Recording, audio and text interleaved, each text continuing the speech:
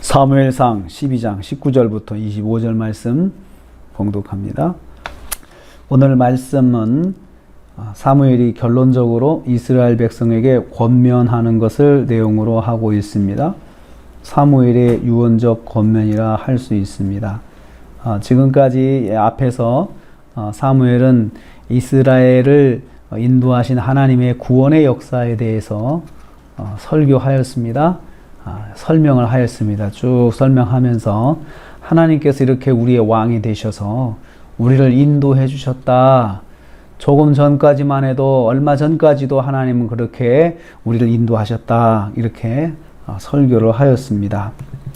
이 사무엘의 설교를 들은 이스라엘은 자신들이 왕을 구한 것이 범죄임을 깨달았습니다. 우리가 잘못했구나 라는 걸 알게 됐죠. 그리고 자신들의 죄를 자백하였습니다. 우리가 우리의 모든 죄에 왕을 구하는 악을 더하였습니다 라고 그렇게 말을 했습니다. 그러니까 우리가 다른 죄도 많이 졌는데 거기에다가 왕까지 구하는 죄를 더해서 정말 잘못했습니다. 이렇게 자백을 한 것이죠. 지금까지 이스라엘을 왕으로서 인도해 주신 하나님께 왕을 구하는 것은 정말 잘못된 것이구나. 이것을 깨닫게 된 것입니다. 하나님의 인도하심을 바라지 않는 것, 하나님의 인도하심을 기대하지 않는 것, 이것이 죄입니다. 성도가 마땅히 하나님의 인도하심을 구해야 되는데 하나님의 인도하심을 구하지 않고 다른 데서 어떤 문제를 해결하려고 하는 것은 죄라는 것입니다. 성도는 하나님의 통치를 바라는 사람인 것을 꼭 기억해야 합니다. 두 번째로 이제 돌이켜서 여호와만 섬기라고 권면하였습니다. 사무엘은 회개하는 이스라엘 백성에게 권면하였습니다. 오직 마음을 다하여 여호와를 섬기라고 하였습니다. 마음을 다해야 한다 그랬습니다. 마음을 다한다. 이 말은 모든 마음을 꽉꽉 채워서 그 마음 전체를 100% 하나님으로 채워서 하나님을 섬기라는 뜻입니다. 그래서 마음속에 일부분이라도 작은 부분이라도 헛된 것이 들어가면 안 된다는 거죠. 다른 것, 하나님 외에 섬기려고 하는 것, 우상의 것, 이러한 것들이 들어가면 안 되는 상태를 말합니다. 22절 말씀에요. 하나님은 이스라엘을 자기 백성 삼으신 것을 기뻐하셨다라고 거기 사무엘이 말하고 있습니다. 하나님은 이스라엘을 선택하셔서 백성 삼으신 것을 참 기뻐하셨다는 거죠. 마찬가지로 하나님은 우리를 성도로 삼으신 것을, 우리를 하나님의 자녀 삼으신 것을 참 기뻐하십니다. 우리는 이 사실을 잊지 말아야 합니다. 하나님께서 우리가 하나님의 자녀된 것을 얼마나 좋아하셨는지 사무엘이 표현하고 있습니다. 그래서 오직 마음을 다하여 여호와를 섬기라고 하는 것입니다.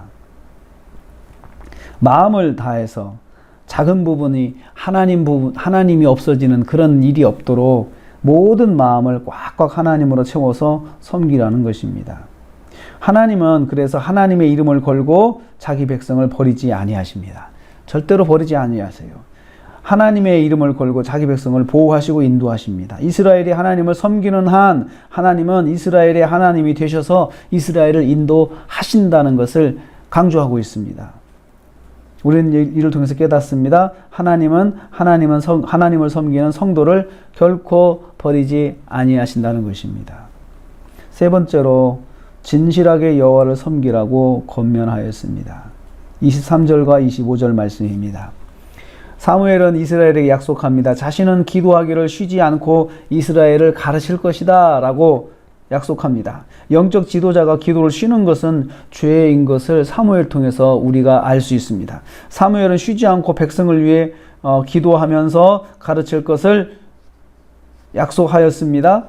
자신은 이러한 백성, 이스라엘 백성들, 정말 하나님 앞에 하나님 백성으로 서 있는 이스라엘 백성들을 위해서 기도하면서 가르칠 것이다 라고 했습니다. 이를 통해서 깨닫습니다. 영적 지도자는 성도를 위해서 기도해야 합니다. 쉬지 않고 기도하면서 그리고 하나님 말씀을 가르쳐야 한다는 것을 알 수 있습니다. 24절 말씀에요. 대신 이스라엘은 이스라엘에게 향하신 하나님의 큰 일을 기억하며 하나님을 진실히 섬기라고 권면합니다. 먼저 하나님의 은혜를 마음에 기억해야 합니다. 하나님의 은혜를 잊지 않아야 하나님을 마음을 다해 섬길 수가 있습니다.